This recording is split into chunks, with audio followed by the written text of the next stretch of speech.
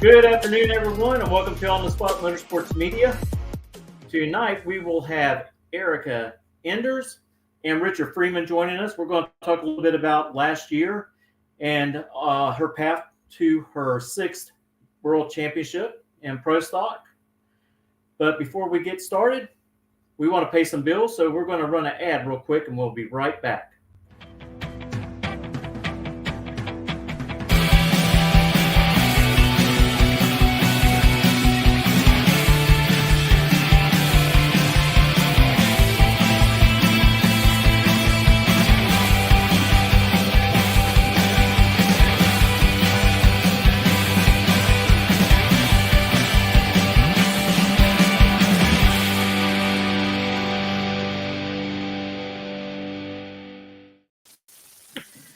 Erica, Richard, I want to thank both of y'all joining us tonight as we can do a little bit of recap what happened in the 2023 season and as y'all move forward to 2024. I know y'all have done a lot of changes in-house. But first, we want to thank you again. Congratulations on your 6th championship. I know Richard has to be really proud of what y'all have accomplished over the years together. For sure. I mean, we talk about it every day, a lot about how we got here. And I can promise neither one of us back in 2000 and the end of 13 going into 14 thought in 10 years we'd have 6 world championships and partners with our group that are just unbelievable. So super exciting. What we've done, dream come true, of course, but we're looking for more. Exactly, and I tell you what, she's got a lot of passion, and you can always tell it at the drag strip, at any event that you go to, and also, Erica, you like to be hands-on. You always like to get in there and work on the car as well. I do. After every run, we come back and sit up on projects, and then Richard and I run the valves and change springs and swing engines if we have to. And, I'm responsible for all the clutch linkage decisions. And then both of us are up in the crew chief lounge with those guys in between every run, making the decisions and deciding what we're going to do for the next round. So, yeah, definitely like to be hands-on. I feel like it makes me a better driver the more I understand. And it shows. It absolutely shows with the 48 career Pro Stock victories and 40, I believe it's 43 with Elite by itself. That's an amazing record, to say the least. But Richard, what drew you initially to bring Erica into the camp when you're starting? I mean, I take it obviously her passion and her drive and her ability, but what is it exactly? I'll be honest with you, it really didn't have anything to do with any of that, because at the point where I was at in my career, started out in competition eliminator, run some mountain motor stuff. And what I realized was the things that I was good at even though I could drive a race car, I wasn't the best at it. And I knew that I wanted to build a program around somebody. And, when I first spoke with Erica, we knew each other through her husband, Richie Stevens. And we were friends, but I didn't really have, I didn't look at her and say, oh man, she's so passionate about what she does and all that. It didn't have nothing to do with that. What I saw was her beating all the odds. She don't like to talk about the female part of it. I don't either. I mean, she's in a man's sport and she competes, whatever. But what she had done is kept going through all the trials and tribulations that come with, crashing a car and dealing with the guys on the other side of the fence, the Greg Andersons, the Dave Conleys, the whoever it may be, and just kept climbing the ladder. And so when I first called her, to be honest with you, there was towards the end, there was a real point where the people that worked for me said, hey, quit trying to get her. She wouldn't come. At the end of the day, though, that made me try harder, because what I found out is if somebody will stay loyal to a group that wasn't necessarily loyal to her, in my opinion, that's who I want, right? And so I stayed on her, and we finally put a deal together. I kind of told her how the end of her 2013 season was going to go.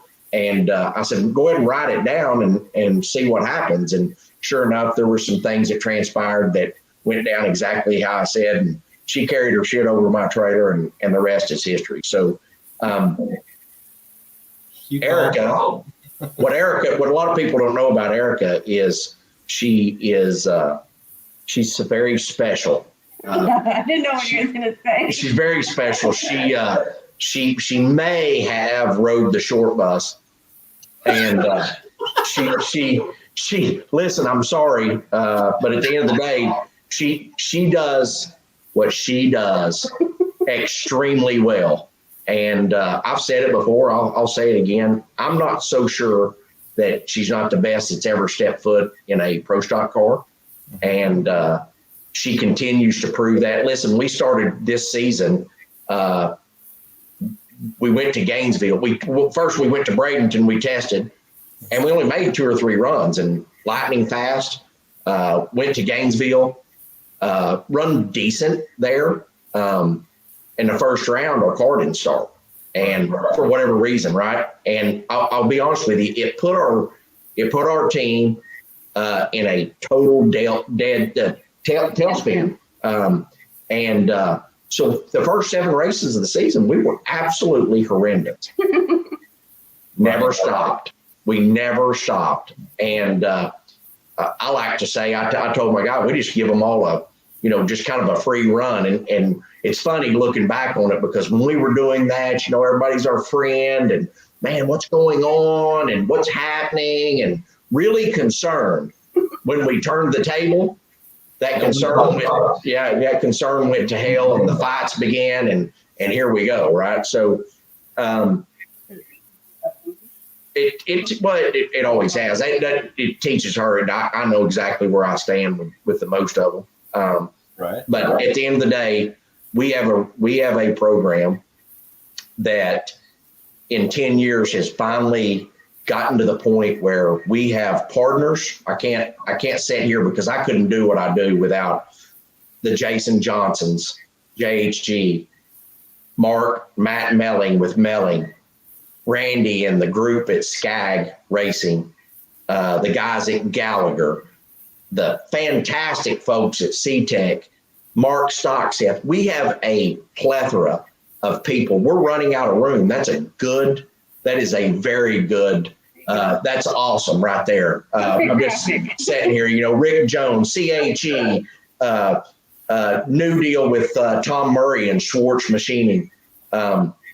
It just goes on and on. I mean, I can't, Mac Tools, we can't say enough about all of them. And it just keeps building and building. We're adding people, we're adding cars, we're adding teams.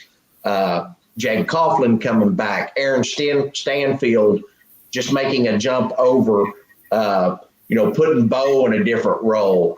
Mm-hmm. It's exciting. And, we're working on some new stuff. There may be an opportunity for some fuel stuff coming that we're working on.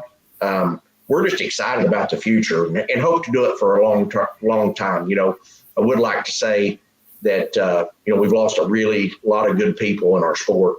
Don Schumacher, I've looked up to him. He changed the landscape, him and John Force. They changed the landscape in our world. And I watched as a kid, and in my opinion, right, it's my turn. It's my turn to build. It's my turn to try to move the mountains.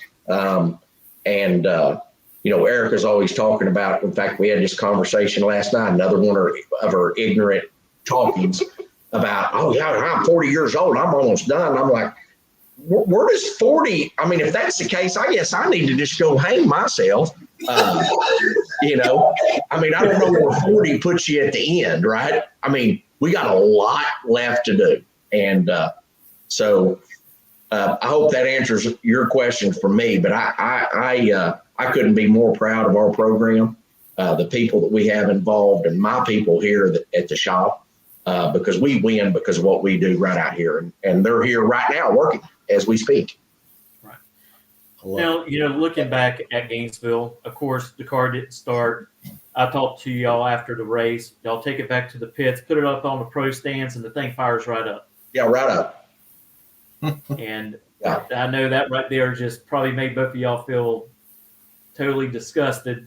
Yeah, you just want to throw up. And what people don't know from behind the scenes is the DNQ runs in Vegas they were part of where that started in Gainesville. So a lot of people don't know that. They're like, oh, that wasn't a performance deal. What we did is change some wiring around that wasn't right in the rule book, and rightfully so. They DQ'd the runs. I have but my point is why that car didn't start in Gainesville made us change some things in order to make sure that it did start throughout the year. And anyway, long story short, it's just on and on, right? So, but it is what it is. We were good when it counted. And we if you watch our program, we will throughout the year, we use that as a test deal. We want to be there when the time counts. So we really try to about the race before Indy, we'll start trying to get our race car to a point where we really don't mess with it. And we go into the countdown and we try to just be very consistent. And I believe that's part of the reason we're so successful. Right. Now, with that slow start, did y'all think after Route 66 that y'all finally was moving in the right direction? Because I know Erica had run Aaron Stanfield first round and actually came up just a little short of getting that round win. But we weren't low ET. Right. Mm-hmm. Yeah. So to answer your question, absolutely. In fact, we felt like we won the race, even though we lost the round. Again, well, if you go back, think about this as a driver. If you have no confidence in your equipment, you go up there. She had no idea it was fixed. Her guess was, and rightfully so, that, hey, I'm going to swap feet and this thing's going to be a turd like it has been for the first 7 races. And so, to be honest with you, that was probably one of her, how you say this, usually when she gets beat and it's her fault, as she calls it, it's just oh, I'm quitting, I'm retiring, I'm done. This one here, first round loss, come back. We were all pretty excited. Yeah. We felt like we won the race. And we're winning Bristol, which is the next race on the schedule. And we did. We went on. And we did. So, yeah, it's cool stuff. Right. So it definitely sounds like both of y'all just thrive on the intensity and the pressure. Now, Erica, I could tell at least from what I've been watching for your career ever since you come into Pro Stock, and actually probably back in your sportsman ranks too, that you just definitely seem to thrive on the pressure and the intensity of it. And I think it shows that you handle it well. And the same thing with you, Richard. And I take it that's part of one pluses of your team is that even like you said, you had a slow start and you were down, that you really pushed through, and it made you better with the results that it showed. The example behind you with the 6 World Championship. So I take it you are one that y'all get fired up and it makes you better. Yeah, thank you for saying that. I feel like the more pressure that's on the situation, the better we do. I say it in my interviews a lot. I'm sure people are sick of hearing it, but when our backs are against the wall, our backs collectively, not just me as a driver, but Mark Ingersoll and my engine guys and Richard and my clutch guy. I mean, everybody, all hands on deck collectively, we perform better when our backs are against the wall and when people say that we can't. So, and that's, after saying that, that's something that you learn with seat time and being in those situations, because the pressure of it, how you deal with it internally totally dictates your outcome. So if you focus on the negatives and then you're scared of the situation, it's not going to turn out the way that you want it to. So you have to, that was an acquired trait. Like you have to go through all of those things to figure that out. But now, like, you know, I would rather have, and nothing against a lower qualified car, but I would rather run somebody like Greg Anderson or even my teammates, Aaron Stanfield, Troy Coughlin, first round. Like, I don't want to run, you know, the number 16 guy that's a tenth slower than me. And, you know, you just go up there and you just like, okay, don't red light. We're just going to get down the track, but you got to be quick enough to have lane choice. Like, I want it to be balls to the wall every single time. So I like those situations. Well, and I know, you know, at the beginning of this year that actually a lot of your crew had changed and they were placed other places. And so you had a lot of new guys working on the car for you.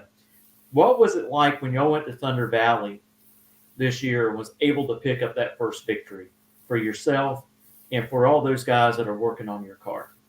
You know, we have all of the same guys under our awnings, but Chase, who was my one-man wrecking crew, he got moved to a crew chief position on the Quadra team. So I had two new kids on my car. One of them came from Nitro Racing, and the other one was a street racer. He had never professional drag raced before in his life. So it was really cool to secure that first win with them, because at the beginning of the season, when everything was going really poorly, they were both like, we're bad luck. This is because of us, you know, whatever. And but we all stuck together. Like, hell, we were starting to blame them for that.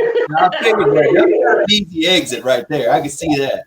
Yeah, look at that. Those two guys are great. I can tell you that not only those two, but I have some of the best employees and partners or whatever. I mean, they're absolutely unbelievable, and we have a group right now I'd put up against anybody. I mean, it's unbelievable. When these guys want to beat you to work, they're the last to leave. They're all in, and man, it means so much. Yeah, they want to win, and it shows. But here's a question for both of y'all. Since y'all started Pro Stock, okay, as both the team and individually, what changes have you seen since you started that you like and possibly even dislike?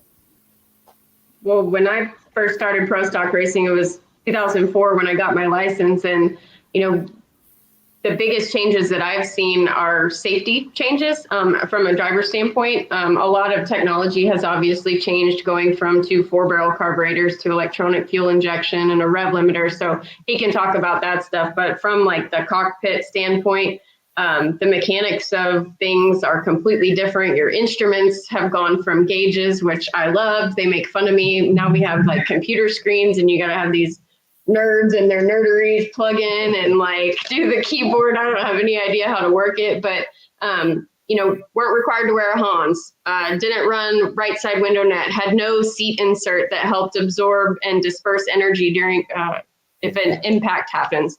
You know, we've surrounded not just Pro Stock, but Pro Mod, like titanium behind our back in case something comes through the, you know, the tire comes apart, like putting stuff in front of the foot box because there's nothing there to protect you if the front end comes off or you have a huge explosion. Just a lot of things have changed safety wise for me, and For the better. For the better. And unfortunately, a lot of that comes from bad things happening, but we're trying collectively to be more proactive than reactive. And we run safety stuff on our car that's not required because we feel like it's better. So, and I also have evolved from going to, I just want to race, to I'm not driving that junk, you know, like I'm going to be in something that's safe where I don't burn my skin off or I don't kill myself. So, and Richard is really helpful with all of that and gives us the best equipment and wants to protect us. So, and then as far as like technology and engine stuff goes, he can touch on that. But. As far as the class goes, what I've seen, and I'm pretty new as well. Y'all started in 2009 in the professional side. And, you know, when I first started, to be honest with you, the sandbox was, oh, you don't want none of this. That's what all the competitors wanted you to believe, right? And to be honest with you, you really didn't, because back then it was double the price. at least, if not more. So what changed that, you asked that, was fuel injection, 18 race schedule instead of 24, Right. and 10.5 RPM rule. It changed it. Now, you would get people, for example, Jason Line and I argue all the time, right? Well, Pro Stock was, it's about innovation and this and that, and Greg would probably be on that side of that. Well, I believe that to be true to an extent. What I don't believe is somebody thinking that innovation is having something that somebody else doesn't have, okay? And that's where I differ. And I will tell you that there has, and it's changing, and I feel like I'm at the forefront of that. We, as you can see, it's really, really tight. Right. Really tight. I mean, there are 14, 15 cars, and I'll be honest with you, I think 16 cars, because I think if Chris McGahey was sitting here beside me right now, he would tell you that they were absolutely horrendous this year. But think about it. We have 8 cars, and out of when I say we have 8 cars, 5, and then the Quadras, Right. and the Quadras did not perform the way they should at all. Partly their fault, partly our fault, right? We have our program is different. I'm doing something nobody in this class has ever done before or would ever even consider. And we did that. And that is, we share information with Frank Iaconio, who is a pioneer of the sport, right? Frank was doing the Quadras engines when they come to me, and I said, hey, we don't want Frank to do something different. So Christian's car, who is the best car that they have, has a Frank Iaconio engine in it, and it runs really well. So, but with that brings, that's a little bit different than ours. It's not exactly the same. So when you start talking about tuning, we struggle sometimes with that. But it doesn't matter. The Quadras love it. They're doing it as a family. So Right.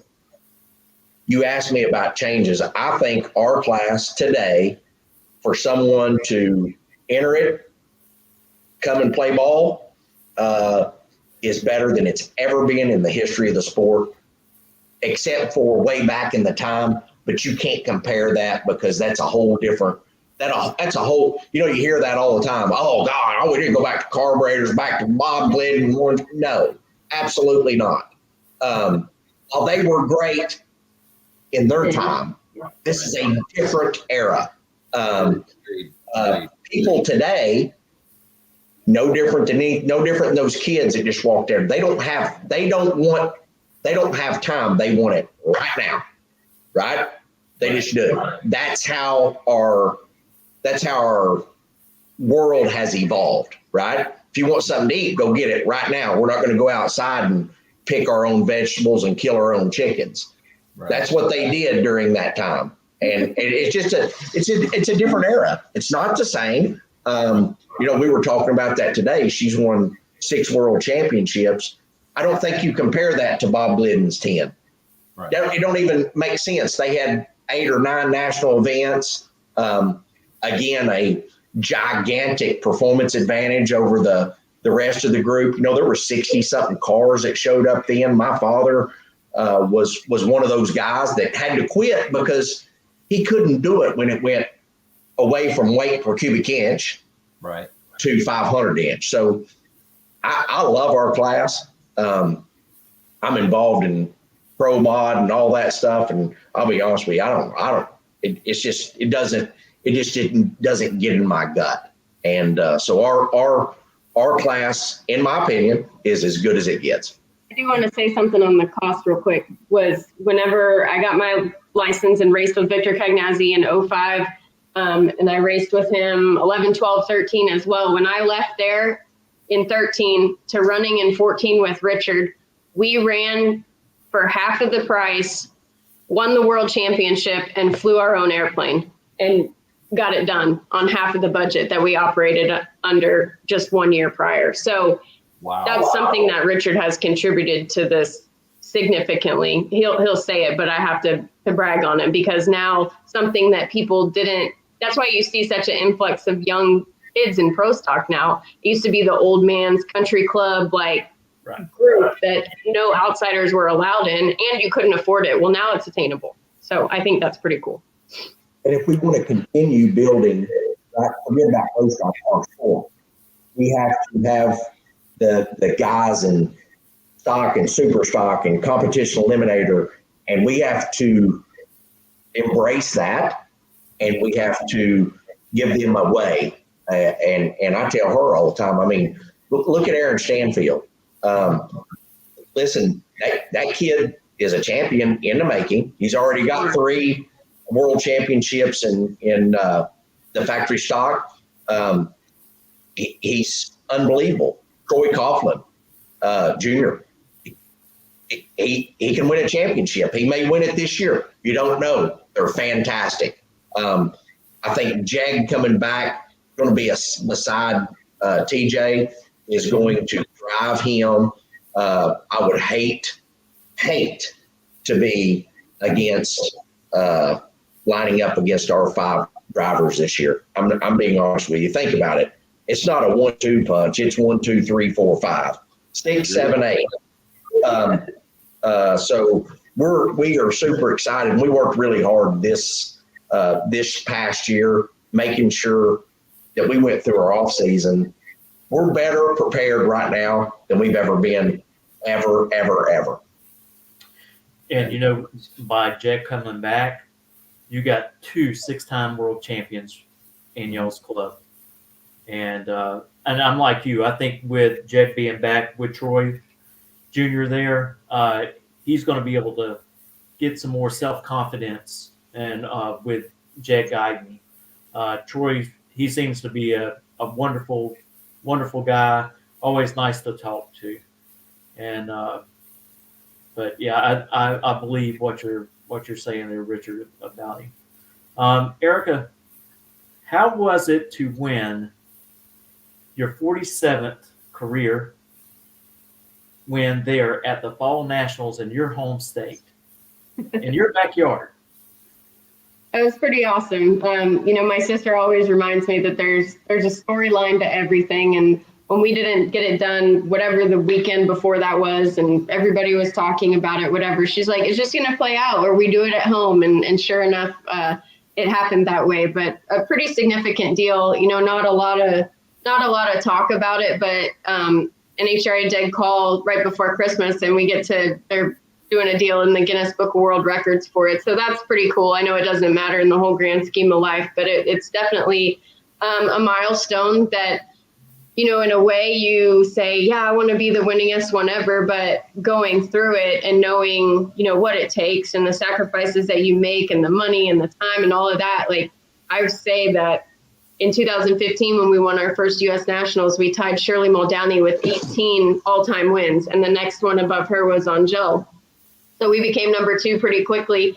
And in my head, I'm like, well, hell, I don't guess I'll probably race long enough to catch Angel. And here we go. And now we've passed her, and we're just going to keep marching forward, like Richard said. So that was a pretty significant milestone for us. And the next one ahead is obviously 50 national event wins. And we'll just keep mowing them down from there. And just to let everybody know, you have 48 wins now, and out of only 78 final rounds. I mean, that is unreal. That just goes to show you all the hard work that you put in day and night, preparing yourself and being there, part of the team, preparing them for every event. Well, thank you. Yeah, we definitely try. And Richard always, he keeps saying, look what we've done. We've won more championships than Greg Anderson, and he's won twice as many races as we have. I think he has 101 wins and we have 48, but we've won more championships than him. So we definitely capitalize on the situations, and I think we do a great job. So. And you picked up your 48th win in Las Vegas. What is it with Las Vegas? It's like every time you go there, it is Erica Ender's track. I mean, it's just like the magic just comes out, and you end up winning. You've won there at that facility for 10 times now.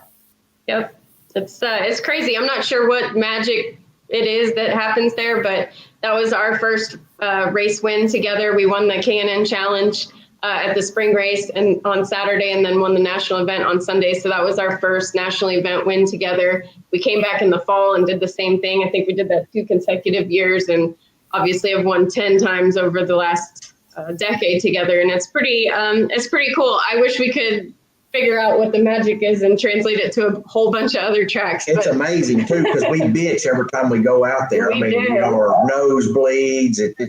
We hate Las Vegas. Yeah. We don't gamble. We don't drink. So we're like, but we love racing there. So. And I was going to ask you, what's your favorite track and then the worst track? But I don't think I would say Vegas, because on one side you say you don't like it, and the other side you love it. So that's the only thing we like about Las Vegas is racing there. That, and they have really good food. But I'd say our favorite tracks are probably Bristol and Sonoma. We have had absolutely zero luck in Sonoma. We've only won once there in 20 years of pro stock racing. But we've won a lot in Bristol. I think we've won 5 or 6 times there. That track's really good to us, and it's in a beautiful part of the country. I don't know what else is our favorite. But I like some of the small tracks. I mean, I'll be honest with you. I think I like Epping, and I love Reading, and I've become more fond of it since Kenny and them bought it. They have done a unbelievable job, and we have a ball there. So I like some of those smaller venues. Of course, we like the Bruton tracks. I mean, they're fantastic facilities, and I think we love what the Meyer family's done with Dallas. Oh, absolutely. It's our home track now, and we love racing there. You know, they're definitely fixing it up, but what they do with the Stampede of Speed and all the events that lead up to the race, they've done a tremendous job, and it's turned out to be a really fun week. You know, the landscape of drag racing it's changing, and changing for the better, in my opinion. I think that there's a lot of things happening, and in my opinion, drag racing is it's the best form of motorsport on the planet. Yeah, there's a lot of things that there's, you know, we like NASCAR, we watch it, we like Formula One, but think about the family aspect, how you go to the racetrack. You know, I don't like the saying every pit gets a pit pass or whatever, but at the end of the day, we interact, we interject with our fans, and I see that drag racing is something that's going to be a force to be reckoned with going.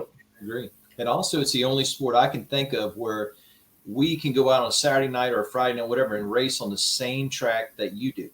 Yep. When you race a national event, we can go to Indy and race at the drag strip on Indy, but we can't run the oval course with, you know, a regular Saturday night or a Friday night. So drag racing is very unique, like you said, and we completely agree with y'all's mindset as far as it has a really family feel to it, brings people in. It's got a friendly atmosphere. It really does, and obviously competition, but the fact that we can access the same thing as the professionals. Yep. That's great. I enjoy it. And I do want to go. I want to go to Reading, and I do want to go to the Stampede, because I heard you talk about it before, just the week leading up to it, all the activities they got going on, and the way the track presents things. It sounds like a lot of fun. It's a great time. They do a champions dinner. They have concerts. They have the lantern lighting deal. They up the purses for us on top of what NHRA pays.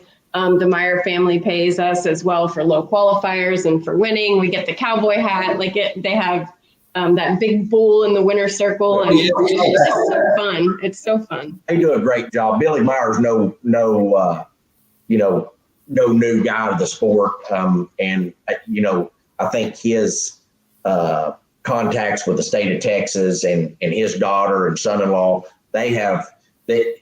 we need more of that. We need some of these tracks to take on more of that. And it's again, they've started something, and you're going to see some of that follow through with some of these other places. We had a meeting with track owners in Vegas at the end of the year, and they all came. We had a lot of track owners and a lot of managers, and you're going to see it. As we go, you're going to see things start to transition.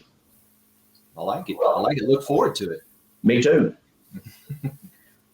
Well, one of the things I wanted to ask, I know Gainesville's always been a thorn in your side in pro stock. Do you think this might be the year that you get the thorn out of your side and finally capitalize on the win there? Well, hell, we have to believe that it will be. Otherwise, I told my guys last year when the car wouldn't start, because the year before we set the world record and lost first round, my fault. I said, forget Gainesville. I'm going to the beach. I'll see y'all in Pomona for the next race. But no, we have to believe that it'll be better. As Richard said, we feel like we win races before we leave the shop, and we're more prepared this year than we ever have been. And I think that's a great indication of how our season will go. So we're definitely not going to visit. We are going, for the donuts that you guys graciously bring us every year. But no, but we definitely hope so. It's a great track. It's always fast. It's always fun. I just don't know what it is about it that I got a better idea. Who cares about Gainesville? We want to win that Pro Superstar Shootout. There you go. A month prior. Yeah. Big money on the line. I'll take a loss in Gainesville, but let me win that for our program. So we have a lot going on. Yes, we'd love to win Gainesville, but it's super exciting. 24 is going to be exciting. Trust me. Yeah, I'll tell you. That's your girlfriend. She thinks she's my girlfriend. Yeah. Yeah, Laura Dickerson. Oh boy. We looked forward to the race that Wes is putting on down there too, and I'm interested on the format that he's got. I mean, everything from the chip draw to everything. Go ahead. It's going to be cool. We've done it before with the World Series of Pro Mod and the Door Slammer Nationals. We've done a bunch of that stuff. What I like about the whole program is we're trying to build our sport. Again, we want to make it real clear. This isn't dead aim on NHRA. In fact, we've invited them.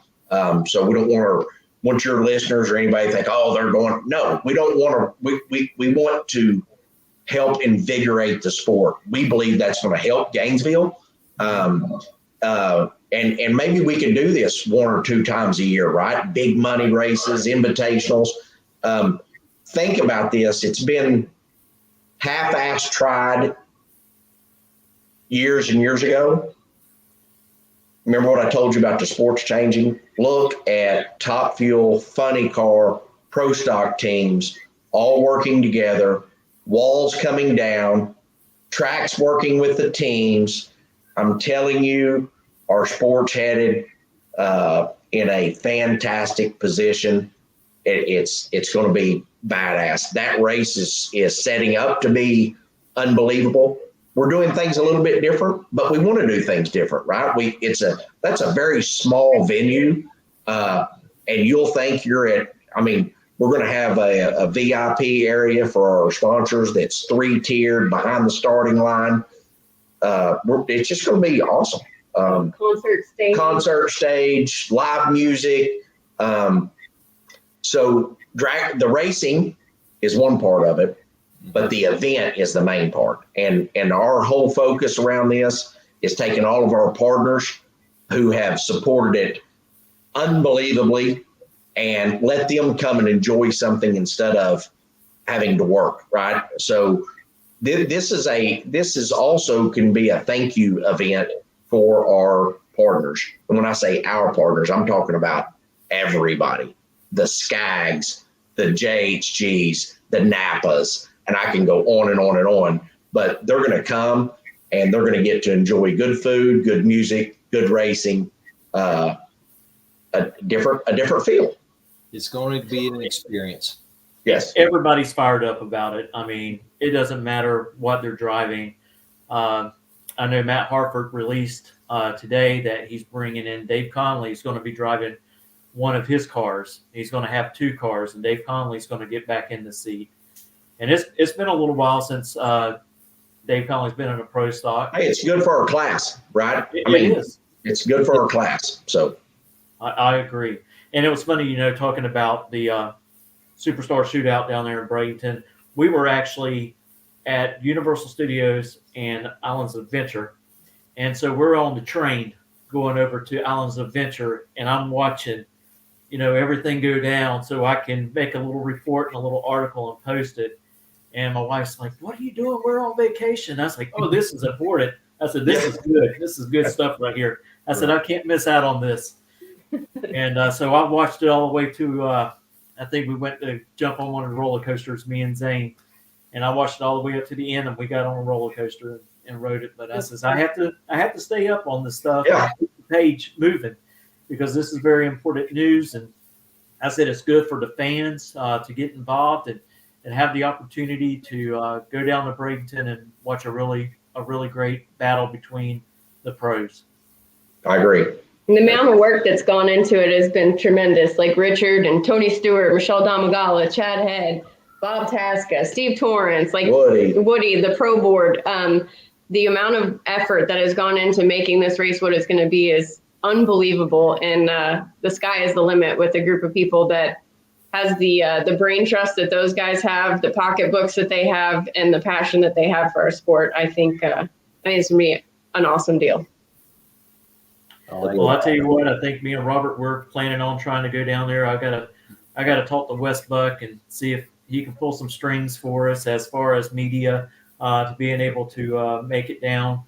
And I'm looking really forward to it. And I want to thank both of y'all for taking time with us tonight on y'all's busy schedule. And I know a lot of people will be looking forward to you winning your 7th championship this year and defending it. And I tell you, we won't bring you donuts no more. Remember, y'all are on diet, so we have to bring you fruit. If you're going to bring something, bring me a apple fritter. I'll eat it. Okay, the question is, how big? How big? The biggest ones you got, I hide them from them. I got you. You got to slide it. Okay. Richard does not eat carbohydrates, but if you give him an apple fritter, he will eat a whole bucket full of them. I'm eating it. No, I like that. You know where he stands. He's got a limit, and that's it. Yeah, exactly. Okay, we could definitely do that. We could definitely make that work. And like Mitchell said, thank you very much for taking time out of y'all's extremely busy schedule. And we can sit here all night and ask you questions, pick your brains as a driver owner, and just we find it intriguing. And just I look forward to it. You got me fired up again. Now I want to go back and start making plans and checking my work schedule to go down for the race in Bradenton. Come on. Oh, yeah. We're definitely going to see about doing that because, I mean, I like that track. It definitely has a good home feel. And I like you were saying, I like tracks that got a little bit smaller feel to it. Just, anyway, get you tighter and closer to the action. I just like them a little bit better. It does, for sure. And not only that, it's an excellent track. It is. Yeah, you'll see some really unbelievable numbers there. Oh, yeah. That's what I'm looking forward to. I want it'll be stupid. It will be. That's what I want to hear. I want to hear all the chatter. I want to hear it. And I want to see what kind of bets y'all have amongst each other, your teammates. Because I know you're going to line up in qualifying and all that stuff. Yeah, there'll be some of that. I've got some kids that work for me. They love that. So we'll try to make it as fun as we can, for sure. Because Mitch and I and others, we bet each other off the trailer. Like, we get off the trailer, we make a bet, side bet. Yeah. That's our thing. So I figured y'all would be doing that too, having some fun. Oh, yeah, for sure. And we're going to run a stalker, a super stalker too. So we'll have a couple opportunities for the big bucks. So it'll be fun. So you got stalkers and super stalkers too? Well, we got an entry. We're going to, a good friend of mine, Larry Jose, has a Copo Camaro that we did for him. I don't think he's ever run it. So we're probably going to take that down there and run it. Oh, we're building a stalker. We're building a Camaro. Going to run it in that new AAA class. Jason Lyons doing the motor, and we're going to go hurt some failings in that thing. And it'll be pretty on top of it. Don't say Jason. Lance is doing it. Lance my bad. Yeah. Well, the Lyons family. Jason can do it. Yeah, I know Lance will be putting it together. Okay. All right, guys. Thank you for having us. We appreciate it. Thank you. Erica, if y'all got a crew shirt, I will pay for it. I need one on the wall. You don't have to pay for it. We'll bring. What do you care? What size? What size frames up good? Like a large? I would like whatever size that you wear. Go ahead with the fat. I ain't gonna say. He's gonna have a fat joke. Somewhere around a triple. Come on now. No. I'll bring you a crew shirt for sure. Yeah, I can't let Jag and Alex outdo you. I hear you. Yeah, it's not going to happen. All right. Well, thank y'all very much for joining us tonight. All right. And we'll Thank be you, looking forward guys. to seeing y'all down the Bradenton. Thank you very All much. right. And good luck. Thank you. Give Zane a hug for me. I sure will. All right. Bye-bye. Bye. And there goes Richard and Erica. I tell you what a great opportunity of having them on tonight and discuss a little bit about what happened in 2023 leading up to her sixth world champion title. And I tell you, she's got a great drive, and Richard's not going to let her retire anytime soon. I can promise you that. So it's very possible we may see 7, 8, 9 championship, maybe 10. But time will tell on that. Oh, it will. But you could just feel it just by talking to them, the passion and the drive they both have. And I like that. I like somebody that has a passion for whatever they do. And clearly they have that. And so I enjoy it. I look forward. I think it's going to be an exciting year. And just listening to them on how many different cars and new people are coming into the class, continuing as time goes on, it's just going to be make it better. So look forward. Well, their shop is evolving. Yes. If you listen to Richard, how he talks and the things that they're trying to do there and possibly get into a fuel team later on, they're trying to evolve and be a great powerhouse for the sport. And, the one thing that I like about Elite, and you look across the other side in the pits, you have KB Racing. Mm-hmm. The all the competitivism there is between both teams, and it just draws fans in. Either you're a fan of KB Titan Racing or you're a fan of Elite. It makes it quite fun. What team's going to come out of here with a win instead of what individual driver? It's right. about it's making it more of a team effort. You see what I'm saying?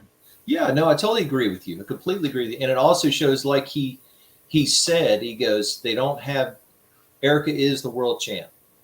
Absolutely.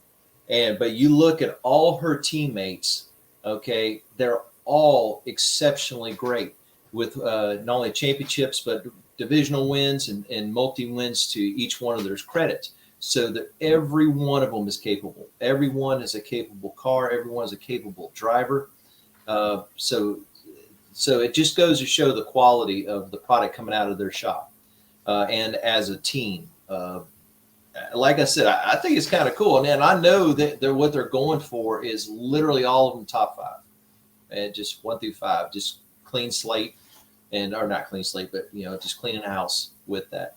And I could definitely see that. And I was mentally adding up, roughly speaking, the world championships under his roof, as far as with drivers, is about 16 or 17 world championships between Bo and then Coughlin and then Erica and Stanfield. I mean, 16 to 17, and that doesn't even go back to like other family members having championships. So, well, I mean, you just take Erica and Jet Coughlin. That right there's 12 championships. Exactly. Just between those two, and then factory stock. You look at Aaron Stanfield, which has 3. Bo Butner has 2.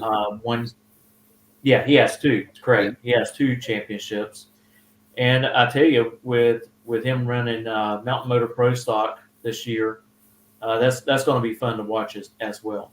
Oh yeah, I like it. I like the intensity. I do. I like it. You call it how you see it, and you keep pushing forward.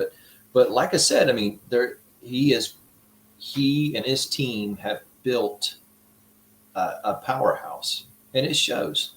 Like I said, Mark Ingersoll, for example, being the crew chief with his experience, one of many cogs in that wheel, and it really, really shows. So, like I said, we wish him luck for not only next year but many years to come, and wish him a clean house and everything. Win the Mountain Motor Champ title. If they run the Pro Mod the whole year, win Pro Mod, win Top Sportsman, win Pro Stock, win it all. And I think it's cool. But I Yeah, enjoy that's one of it. the questions I was going to try to get to and see if there's a possibility that Erica or Richard would at some point of the season jump back in a pro mod and race it. Correct. Yeah, I But was wanting to hear I that. think right now they're just really concentrating, like you said, they are more prepared than ever already this year, and so they're putting their efforts into that and getting their drivers ready to instead of chasing some fun in a pro mod. Yeah, no, I mean, they do everything for a reason. Like you said, as far as pursuing other classes, they have reasons that they do that, man, and they do well at it. But yeah, like you said, they're putting all their effort, which they always have in pro stock, and to continue to push more because to be the best, you have to beat the best. Okay, and I know they have a number one on a window, but they also have a bullseye, which means that they're aggressively going out each and every week. You know what I mean? Aggressively going after everybody to be the best. And it shows. And I tell you, you look at the pro stock class. If it wasn't for you say Richard Freeman and with Elite and KB Titan Racing, Mhm. there wouldn't be as many cars trying to make the field No. as they are now. No. And so they've actually, with their programs of renting motors and chassis to race, has absolutely, I believe, saved the class of pro stock. Yeah. And it is so competitive. Like he was talking about. I mean, I go through and I look at the results from qualifying all the time. And there's like, you take the top 6, top 7 drivers, and the separation is by hundreds between those drivers. And some of them would be tied, and, it would go to the one who had the highest mile per hour. So that class is really fun to watch. And I tell you, you would be at the races and the nitro cars would run. And after nitro got finished, a lot of people would leave the stands and go out to the pits. But you are starting to see more and more people stick around and watch the pro stock and pro stock motorcycle classes because they're also as equally competitive during qualifying and also during eliminations. They're very close races. I mean, sometimes you couldn't squeeze a penny between the bumpers at the finish line. That's how close and competitive that it has gotten. Yeah. Yeah, I agree. And the way they're approaching it and offering, like you said, offering the engines, offering the chassis, offering different programs for people available to them so that they can go and compete. I think that's great, and that's definitely needed in our sport, especially at that caliber, because it's not easy for somebody stepping in who doesn't know anybody to be able to access that technology that others have worked on and earned and gotten through experience and time. So to have it available to them is great and helps the sport because those people, you get them energized and fired up and availability in a car. Okay, now they're out there competing. Now they can bring new people to the sport. They can bring new sponsors to the sport, new eyes to see the sport, and to continue to help it grow. And that's what's needed, and it's needed for all of drag racing in all aspects of it, but especially in the professional ranks. So I do appreciate him and others, but definitely him taking that effort to build their program and offer it, and people running their product when it shows. It runs good. Definitely.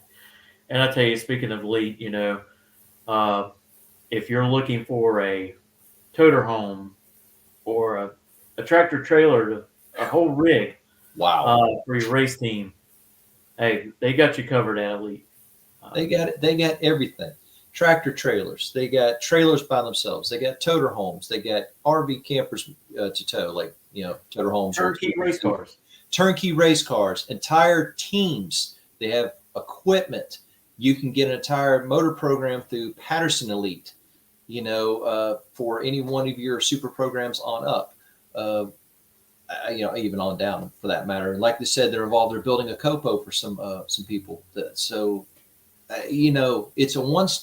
practically a one-stop shopping for anything, especially drag racing. But I mean, and their stuff is quality. I've looked online many a times, and it's just some excellent equipment. And we have a friend who actually went out there and bought a toter home and a stacker from him, and it's beautiful. And he's been using it for a couple years now. So recommend anybody that's in the market for him to look them up. Well, I'll tell you, we're fixing to get off of here for tonight. We want to thank everyone who has joined us and watched the podcast. And don't forget to tune in right back here next Thursday, as we will have the new owner of South Georgia Motorsports Park joining us to talk about all the changes that they have done there, and talk about their programs and their events that they have coming up at their facility. Yep. Looking forward to that. It should be an exciting year to come. Definitely. Well, ladies and gentlemen, we're going to get out of here, and we hope that you have a great weekend. And again, we'll see you next Thursday night. Thank you, everybody. Have a good night.